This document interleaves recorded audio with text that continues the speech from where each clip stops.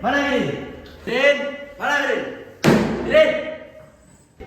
Suami kau pulang nggak kau sambut ya? Suamimu pulang nggak ada pula kau sambut ini. Mirin, mana Mirin?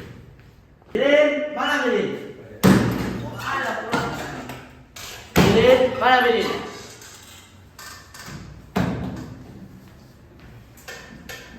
Astagfirullah bang, kenapa marah-marah? Astagfirullah bang, kok marah-marah? Gimana marah? Jam segini belum pun ada makanan. Gimana aku mau masak bang? Uang belanja aja kamu nggak kasih, uang pendidikan anak kamu juga nggak kasih. Dah tak kali buah-buah ya.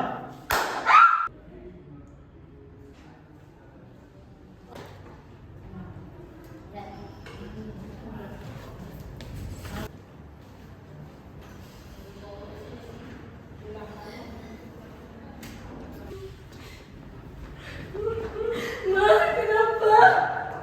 Ada, mungkin ayah lagi capek. Lagi nak, suami kamu berulang lagi ya, yang sabar ya. Ada banyak faktor mengapa kekerasan terhadap perempuan dan anak kerap terjadi. Di antaranya kemiskinan, minimnya pemahaman agama, adanya perkawinan dini, tidak berani bicara dari korban, faktor ketidakpedulian masyarakat, hingga ketergantungan secara ekonomi. Berani laporkan segala bentuk kekerasan yang terjadi, baik di lingkungan keluarga, lingkungan kerja, ataupun lingkungan Anda. Karena kekerasan terhadap perempuan dan anak merupakan kasus yang sangat penting untuk ditangani secara komprehensif, terutama korbannya. Segera laporkan, karena kini ada Pusat Pelayanan Terpadu Unit Pelaksana Teknis Daerah Perlindungan Perempuan dan Anak UPTD PPA, Dinas Pemberdayaan Perempuan dan Perlindungan Anak Kota Bau-Bau.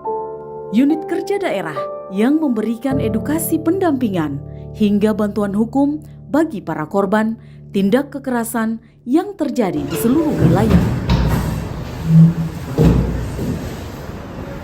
Sebelumnya perkenalkan saya Arisandi, saya sebagai mediator kalian di sini. Ibu bisa perkenalkan? Saya Sabina, sebagai istrinya. Saya Yusuf sebagai suaminya. Baik, sebelumnya saya akan jelaskan dulu mediasi itu apa. Jadi mediasi itu merupakan proses penyelesaian kasus melalui perundingannya atau musyawarah oleh kedua belah pihak yang dibantu oleh seorang mediator. Jadi mediator itu saya sendiri dan yang satu kalian. Di sini Bapak Ibu mengerti? Nanti Pak. Jadi langsung saja ya. Bagaimana permasalahan Bapak lagi ini? Terutama saya ke pihak ini. Bagaimana yang sudah terjadi? Sebelumnya bapak itu dia sering marah-marah, suaminya sering marah-marah kalau pulang berlarut, dia marah-marah, terus dia kalau di rumah dia kelaparan dia marah, sedangkan dia uang bulanan nggak pernah kasih buat saya, jadi kalau saya nggak masak dia marah-marah gitu. Jadi saya juga sering kena kekerasan dari suami saya. Dari Bapak Reso gimana Pak? Gimana saya nggak marah Pak? Di saat saya pulang makanan nggak ada. Habis itu nggak dilayani pun saya bangsa dibukain pintu atau apa. Bagaimana saya memasakin kamu? Kamu aja nggak kasih uang bulanan buat saya. Gimana? Nggak, apa yang nggak saya kasih? Mungkin ada saya kasih tapi mungkin agak berkurang Pak kan. Itu 2 bulan sekali. Kamu minta makannya sehari sekali. Gimana Ya, saya memasakin kamu? Terus sekarang pun ekonominya kan lagi Minimal kamu cari kerja. kan saya ada bekerja Pak, cuman ya begitulah Pak, sampingan ya kan, belum ada kerja tetap. Jadi Bapak sebagai suami itu berkewajiban menafkahi istrinya. Nggak boleh. Kalau enggak gimana itu Pak? Menafkahi anak ini. Ya kan? Ada saya nafkahi Pak, cuman mungkin ada perkurangan dari bulan pertama dengan bulan kedua, karena kan yang bulan pertama itu saya masih ada kerja tetap Pak. Terus itu kan ini kan udah COVID Pak, jadi kan saya kena PHK jadi gitu Pak. Mungkin dia pun belum saya kasih tahu, makanya begitu Pak. Tapi Anda selalu main kekerasan. Kalau saya nggak kasih itu kamu. Bagaimana saya nggak main kekerasan Pak? Di saat saya pulang makanan nggak ada, terus tuh dia marah-marah Pak, nggak jelas Pak. badan saya selalu memar-memar Pak kalau dia pulang ke rumah. Di sini, ini buktinya Pak. Jadi Bapak, bagaimanapun kita tuh nggak boleh itu keras terhadap istri, apalagi sampai memukul gitu. Karena itu ada dampak negatif untuk anak ini.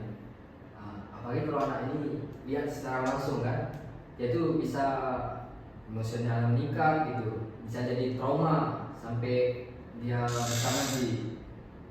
Kalau bisa sekarang itu kalian ini berdamai lah dimanapun. Jangan sampai kita ke tahap pengadilan. Kalau udah sampai tahap pengadilan, itu akibatnya lebih sulit lagi. Nanti berakhirnya perceraian. Nanti kalau yang bercerai, anak ini gimana gitu. Pokoknya jauh lah prosesnya. Ingat aja, jadi pernikahan itu adalah ibadah terpanjang, ya kan? Ibadah terpanjang. Gimana Bapak? Ya dari saya Pak ada berkeinginan untuk memperbaiki, tapi nggak tahu dari pihak istri saya Pak. Ini untuk kebaikan anak juga Pak, Ya. supaya tidak berkelanjutan. Gimana Bu? Apakah ada Akan saya pertimbangkan lagi Pak. pertimbangan lagi? Hmm. Jadi kalau boleh kita selesaikan sekarang dulu, karena kita sudah bertahap tadi kan. Pertama saya berdua mediasi, lanjut ke keluarga, ke kepala desa, tak selesai. Inilah tahapan terakhir kan untuk mediasi melalui mediator. Kalau ini gagal, dan itu naik ke persidangan. Kayak yang saya bilang tadi, lebih sulit lah prosesnya. Ini untuk kebaikan anak ibu juga. Kasihan anak ibu ini, ibu kayak gini. Di mana ibu? Ini kan di kebaikan anak kalian, keluarga kalian juga gitu. Coba timbangkan. Kalau begitu ya sudah Pak, saya ingin damai aja. Jadi bisa kita katakan ini selesai kan permasalahan kita. Bapak, ibu ke depannya jangan berantem lagi. Coba ke depannya itu kan ibadah, sholat gitu. Bapak juga cari kerja juga. Ya kan udah saya jelaskan tadi Pak, saya ada pekerjaan, cuma Ya. karena COVID dan kena PHK saya pun belum berkomunikasi langsung dengan istri, jadi mungkin istri saya nggak tahu Pak. Jadi gitu Bu. Ya, Bapak ini juga punya curahan hati tersendiri ya. Ya Bu. Bapak Ibu pun mengerti dia itu kayak mana keadaannya sekarang, mungkin lagi di bawah gitu. Ya, Ibu bersyukur jadi istri solehah lah. Ya Bu. Ya. Jadi kita bisa katakan selesai ya kan? Ya. Ini anak kalau Bapak mau dia anak Pak, masa lancar nih. enggak. Anak kalau Ede, kalau bapaknya berantem itu panggil aja neneknya nanti ya. Nanti kenapa-napa gitu ya. Ya nak. Ya, terima kasih ya. Ya, coba salam dulu, damai-damai.